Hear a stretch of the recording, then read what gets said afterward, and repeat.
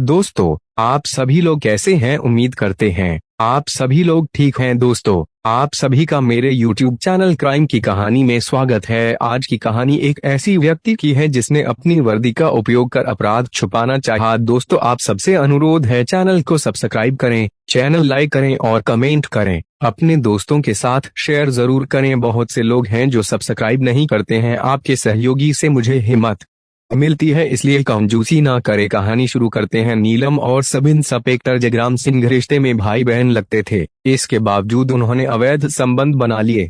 फिर इस मामले में भी वही हुआ जो अक्सर ऐसे संबंधों में होता है। नीलम जान से गई और उसकी हत्या के आरोप में जयराम जेल में है। मॉर्निंग वॉक पर निकले कुछ लोगों ने हाईवे के किनारे एक महिला की लाश पड़ी देखी तो उन्होंने इस बात की सूचना थाना नौबस्ता पुलिस को दे दी। सूचना मिलते ही थाना प्रभारी अरुण कुमार सिंह सहयोगियों के साथ घटनास्थल पर पहुंच गए। वहां काफी लोग इकट्ठा थे, लेकिन उनमें से कोई भी महिला की शिनाख्त नहीं कर सका। मृतका की उम्र 35 साल के आसपास थी। वह साड़ी, ब्लाउज और पेटीकोट पहने थी। उसके सिर पर गंभीर चोट लगी थी। चेहरा किसी नुकीली चीज से गोदा गया था। गले में भी साड़ी का फंदा पड़ा था। लाश की शिनाख्त नहीं हो सकी तो पुलिस ने घटनास्थल की कार्रवाई कर कि उसे पोस्टमार्टम के लिए कानपुर स्थित लाला लाजपत राय चिकित्सालय भिजवा दिया। लेकिन घटनास्थल की कार्रवाई में पुलिस ने काफी समय बर्बाद कर दिया था, इसलिए देर हो जाने की वजह से उस दिन लाश का पोस्टमार्टम नहीं हो सका। यह 5 जुलाई 2014 की बात थी। अगले दिन यानी 6 जुलाई को कानपुर से निकलने वाले समाचार पत्रों में जब एक महिला का शव नौबस्ता में हाईवे पर मिलने का समाचार छपा तो थाना चकेरी के मोहल्ला रामपुर श्यामनगर के रहने वाले शिवचरण सिंह भदौरिया को चिंता हुई। इसकी वजह यह थी कि उसकी पत्नी नीलम उर्फ पिंकी पिछले 2 दिनों से गायब थी। इस बीच उसने अपने हिसाब से उसकी काफी खोजबीन की थी, लेकिन उसका कुछ पता नहीं चला था। अखबार में समाचार पढ़ने के बाद शिवचरण सिंह अपने दोनों बेटों सचिन और शिवम को साथ लेकर थाना नौबस्ता पहुंचा और थाना प्रभारी अरुण कुमार सिंह को बताया कि उसकी पत्नी परसों से गायब है। वह हाईवे के किनारे मिली महिला की लाश को देखना चाहता है।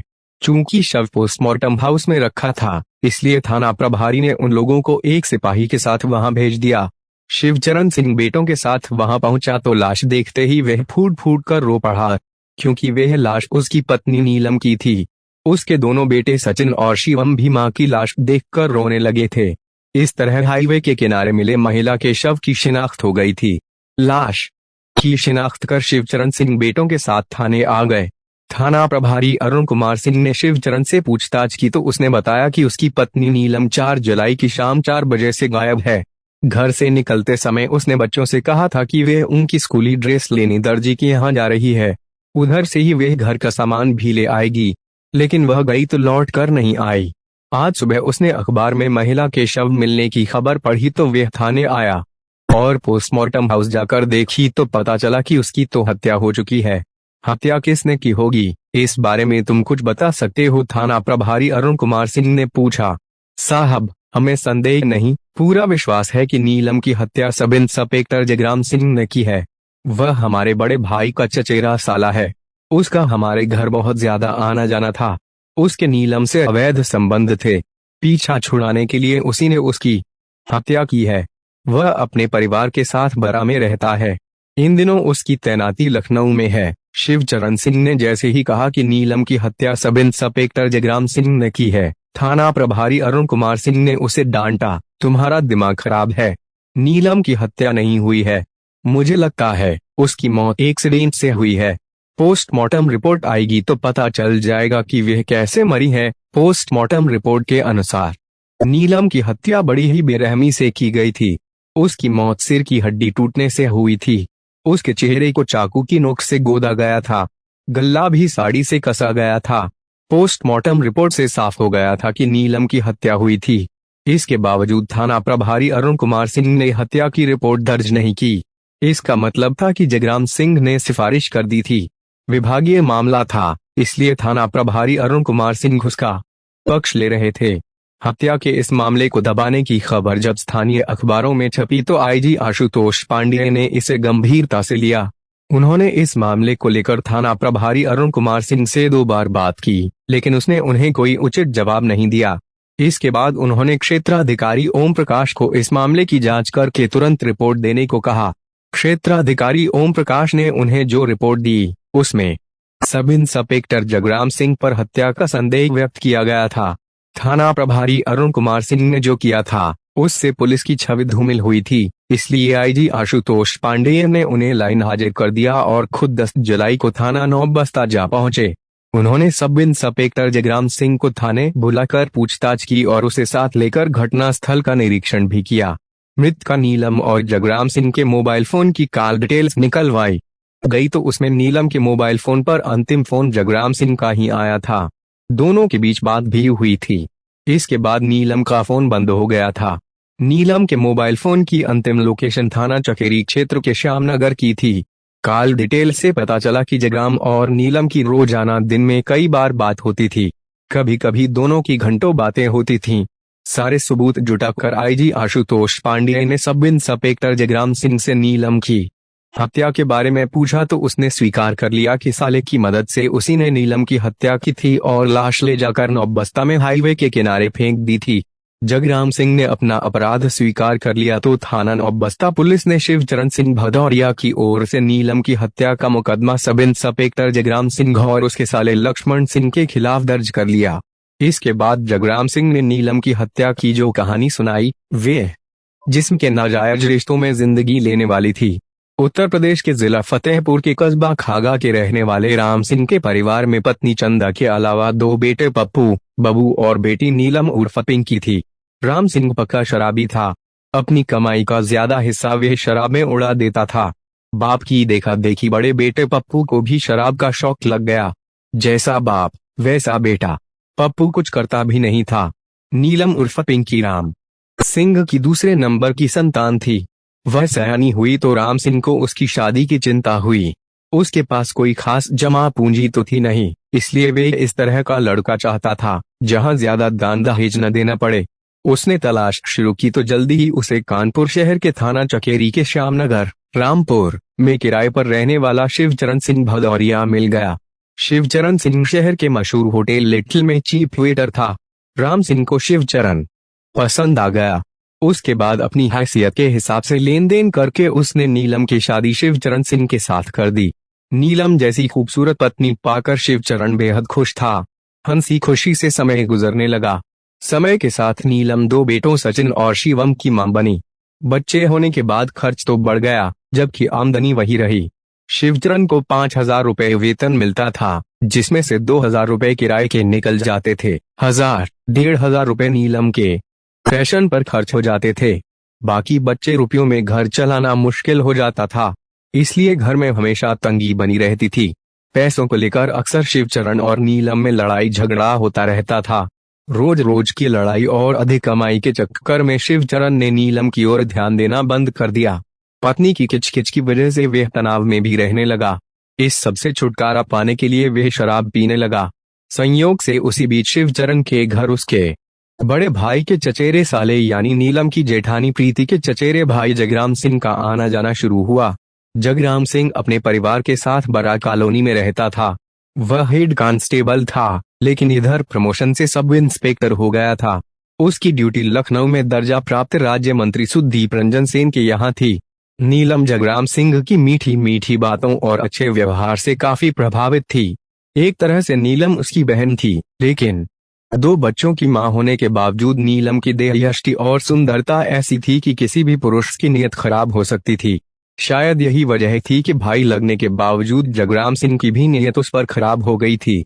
घर आने जाने से जगराम सिंह को नीलम की परेशानियों का पता चल ही गया था, इसलिए उस तक पहुंचने के लिए वे उसकी परेशानियों का फायदा उठाते हुए हर तरह से मदद करने लगा। नीलम जब भी उससे पैसा मांगती, वह बिना नानुकुर किए दे देता। अगर कभी शिवचरण पैसे मांग लेता तो वे उसे भी दे देता। शिवचरण भले ही जगराम की मन की बात से अनजान था, लेकिन नीलम सब जानती थी। वह जान गई थी कि जगराम उस पर इतना क्यों मेहरबान है। उसकी नजरों से उसने उसके दिल की बात जान ली थी। एक तो नीलम को पति का सुख उस तरह नहीं मिल रहा था जिस तरह मिलना चाहिए था। दूसरे जगराम अब उसकी जरूरत बन गया था, इसलिए उसे जाल में फंसाए रखने के लिए नीलम उससे हंसी मजाक ही नहीं करने लगी, बल्कि उसके करीब भी आने लगी थी। आस पड़ोस में सभी लोगों को उसने यही बता रहा था कि यह उसकी जेठानी का भाई है, इसलिए नीलम को लगता था कि उसके आने जाने पर कोई शक नहीं करेगा। नीलम की मौन सहमति पाकर एक दिन उसे घर में अकेली पाकर जगराम सिंह ने उसका हाथ पकड़ लिया। बनावटी नानुकुर के बाद उसने जगराम को अपना शरीर सौंप दिया। जगराम से उसे जो सुख मिला, उसने रिश्तों की मर्यादा को भुला दिया। इस के बाद नीलम और जगराम जब भी मौका पाते एक हो जाते। नीलम को जगराम सिंह के साथ शारीरिक सुख में कुछ ज्यादा ही आनंद आता था, इसलिए वे उसका भरपूर सहयोग करने लगी थी। कभी कभी तो जगराम से मिलने वाले सुख के लिए वे बच्चों को बहाने से घर के बाहर भी भेज देती थी। कुछ सालों तक तो उनका यह संबंध लोगों की नजरों से छिपा रहा, लेकिन जगराम सिंह का शिवचरण के घर अक्सर आना और घंटों पड़े रहना लोगों को खटकने लगा। नीलम और उसके सब इंस्पेक्टर भाई के हाव भाव और कार्यशैली से लोगों को विश्वास हो गया कि उनके बीच गलत संबंध है। जगराम सिंह बेहद चालाकी से काम ले रहा था। वह जब भी शिवचरण की मौजूदगी में आता काफी गंभीर बना रहता। वह इस बात का आभास तक नहीं होने देता कि उसके और नीलम के बीच कुछ चल रहा है। तब वह पूरी तरह से रिश्तेदार बना रहता, लेकिन एकांत मिलते ही वे हर रिश्तेदार के बजाय नीलम का प्रेमी बन जाता। जब मामला कुछ ज्यादा ही बढ़ गया तो पड़ोसियों ने शिवचरण के कान भरने शुरू किए। उसने अतीत में झांका तो उसे भी संदेह हुआ। फिर एक दिन जगराम घर आया तो वह होटल जाने की बात कहकर घर से निकला जरूर, लेकिन आधे घंटे बाद ही वापस आ गया। उसने देखा कि दोनों बेटे बाहर खेल रहे हैं और कमरे की अंदर से सिटकनी बंद है। उसने सचिन से पूछा, क्या बात है, कमरे का दरवाजा क्यों बंद है? तुम्हारी मम्मी कहाँ है? मम्मी और मामा कमरे में हैं। हम कब से उन्हें बुला रहे हैं, वे दरवाजा खोल ही नहीं रहे हैं, सचिन ने कहा। शिवचरण को संदेह तो था ही, अब विश्वास हो गया। वह नीलम को आवाज देकर दरवाजा पीटने लगा। अचानक शिवचरण की आवाज सुनकर दोनों घबरा गए। वे जल्दी से उठे और अपने अपने कपड़े ठीके। इसके बाद नीलम ने आकर दरवाजा खोला। नीलम की हालत देखकर शिवचरण सारा माजरा समझ गया। उसे कुछ कहे बगैर वह कमरे के अंदर आया तो देखा जगराम सोने का नाटक किए चारपाई पर लेटा था। शिवचरण खून का घूंट पी कर रह गया। उस समय उसने न तो नीलम से कुछ कहा और न ही जगराम सिंह से, लेकिन उसके हाव भाव से नीलम समझ गई कि उसके मन में क्या चल रहा है। उसने अपने भयभीत चेहरे पर मुस्कान लाने की कोशिश तो बहुत की, लेकिन तनाव में होने की वजह से सफल नहीं हो पाई। शिवचरण सोच ही रहा था कि वह क्या करे, तभी जगराम जम हुआ ही लेते हुए उठा और शिवचरण को देखकर बोला, अरे तुम इतनी जल्दी कैसे आ गए? तबीयत तो ठीक है? शिवचरण ने जगराम सिंह के चेहरे पर नजरें जमा कर दबे स्वर में कहा, तबीयत तो ठीक है, लेकिन दिमाग ठीक नहीं है। इतना कहकर ही शिवचरण बाहर चला गया। उसने जिस तरह यह बात कही थी, उसे सुनकर जगराम ने वहां रुकना उचित नहीं समझा और चुपचाप बाहर निकल गया। उसके जाते ही शिवचरण वापस लौटा और नीलम की चोटी पकड़कर बोला, बदलचन औरत, इस उम्र में तुझे यह सब करते शर्म भी नहीं आई? वह भी उस आदमी के साथ जो तेरा भाई लगता है। नीलम की चोरी पकड़ी गई थी, इसलिए वह कुछ बोल नहीं पाई। गुस्से में तप रहे शिवचरण ने नीलम को जमीन पर पटक दिया और लात घूंसों से पिटाई करने लगा। नीलम चीखती चिल्लाती रही, लेकिन शिवचरण ने उसे तभी छोड़ा जब वे उसे मारते मारते थक गया। इसके बाद शिवचरण नीलम पर नजर रखने लगा था। उसने बेटों से भी कह दिया था कि जब भी मामा घर आए वे उससे बताएं। जिस दिन शिवचरण को पता चलता कि जगराम आया था, उस दिन शिवचरण नीलम पर कहर बनकर टूटता था। अब जगराम और नीलम काफी सावधानी बरतने लगे थे। वह तभी नीलम से मिलने आता था जब उसे पता चलता था कि घर पर न बेटे हैं और न शिवचरण। इसी बात की जानकारी के लिए जगराम सिंह ने नीलम को एक मोबाइल फोन खरीद कर दे दिया था। इससे दोनों की रोजाना बातें तो होती ही रहती थीं, इसी से मिलने का समय भी तय होता था।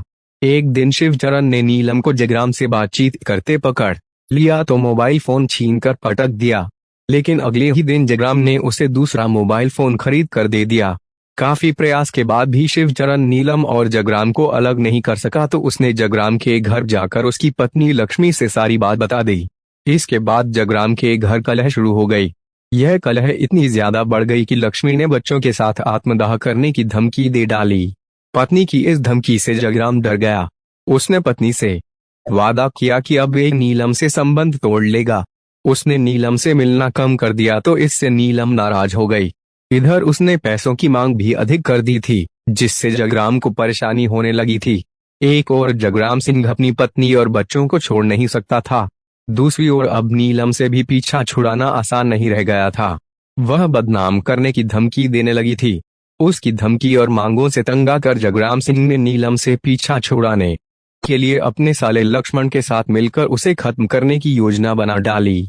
संयोग से उसी बीच नीलम ने बच्चों की ड्रेस, फीस, कॉपी किताब और घर के खर्च के लिए जगराम से 10,000 रुपए मांगे। जगराम ने कहा कि पैसों का इंतजाम होने पर वह उसे फोन से बता देगा। 24 जुलाई 2014 की शाम 4 बजे जगराम सिंह ने नीलम को फोन किया कि पैसों का इंतजाम हो गया है, वे श्यामनगर चौराहे पर आकर पैसे ले ले। फोन पर बात होने के बाद नीलम ने बेटों से कहा कि वे उनकी ड्रेस लेने दर्जी के पास जा रही है और उधर से ही वे घर का सामान भी लेती आएगी। नीलम श्यामनगर चौराहे पर पहुंची तो जगराम अपने साले लक्ष्मण सिंह के साथ कार में बैठा था। नीलम को भी उसने कार में बैठा लिया। कार चल पड़ी तो नीलम ने जगराम से पैसे मांगे, लेकिन उसने पैसे देने से मना कर दिया। तब नीलम नाराज होकर उसे बदनाम करने की धमकी देने लगी। नीलम की बातों से जगराम को भी गुस्सा आ गया। वह उससे छुटकारा तो पाना ही चाहता था, इसलिए पैरों के नीचे रखी लोहे की रॉड निकाली और नीलम के सिर पर पूरी ताकत से दे मारा। उसी एक वार में नीलम लुढ़क गई। इसके बाद जगराम ने नीलम की साड़ी गले में लपेट कर कस दी। नीलम मर गई तो चाकू से उसके चेहरे को गोद दिया। जगराम अपना काम करता रहा और लक्ष्मण कार चलाता रहा। चलती कार में नीलम की बेरहमी से हत्या करके जगराम और लक्ष्मण ने देर रात उसकी लाश को 9 बस्ता ले जाकर हाईवे के किनारे फेंक दिया और खुद कार लेकर अपने घर चले गए। पूछताछ के बाद 10 जुलाई 2014 को थाना 9 बस्ता पुलिस ने अभियुक्त सब इंस्पेक्टर जगराम सिंह को कानपुर की अदालत में पेश किया, जहां से उसे जेल भेज दिया गया। कथा लिखे जाने तक उसकी जमानत नहीं हुई थी। उसका साला लक्ष्मण फरार था। पुलिस उसकी तलाश में जगह जगह छापे मार रही थी। दोस्तों, आपको कहानी कैसी लगी कमेंट करके जरूर बताएं और एक बार आपके लॉन्च किए गए चैनल को सब्सक्राइब करें और लाइक करें, शेयर करें। कल से एक और नई कहानी के साथ, तब तक अपना प्रॉप्स शेयर